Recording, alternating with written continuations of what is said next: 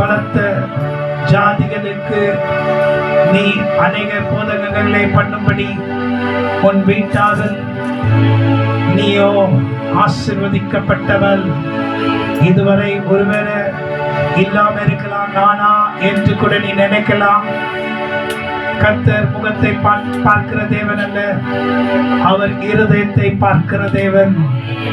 இருதயத்தை பார்த்து கர்த்தர் உன்னை இந்த நாளிலே தெரிந்து கொள்ளுகிறார். நீ சொல்றதெல்லாம் நடக்கும், நீ சொன்னதெல்லாம் நடக்கும். கர்த்தர் சொன்னபடி நீ செய்யும்படி கர்த்தரிடத்துல ஞானத்தை கர்த்தர் உனக்கு கொடுக்கிறார். இனி நீ பரிசுத்த உள்ள ஒரு தேவஸ்திரீ என்று அழைக்கப்படுவாய். உன் பரிசுத்தத்தின் வல்லமையினாலே கர்த்தருனை இன்னும் அதிகமாக நிரப்புவார். நீ பேசும்போது அநேகருக்கு அது ஆசீர்வாதமாக இருக்கும் என்று சொல்லுவார்கள். இதோ அநேக முறை கர்த்தர் இதே சொன்னார், உன் வீட்டார் எல்லாரை காட்டிலும் மிகுந்த ஆசீர்வாதத்தை கர்த்தர் உனக்கு வைத்திருக்கிறார். இதுவரை நீ அதை காணவில்லை. கர்த்தர் நீ காணாததை உனக்கு வெளிப்படுத்தி இதோ ரகசியங்களையும் கர்த்தருடைய ரகசியங்களையும் ஞானத்தின் வல்லமையும் கர்த்தர் உனக்கு கொடுக்கிறார். இந்த அபிஷேகம் உன் மேல் எப்பொழுதும் இருக்கும்.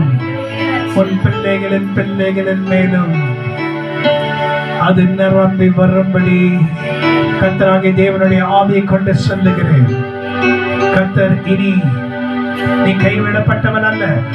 உன்னை சுற்றிலும் அநேகர் இருப்பார்கள். உனக்கு விரோதமாக எழுப்புகிற ஆயுதம் வாய்க்காமல் போகும். நான் உன் பக்கம் இருக்கிறேன், உனக்கு உதவி செய்வேன்.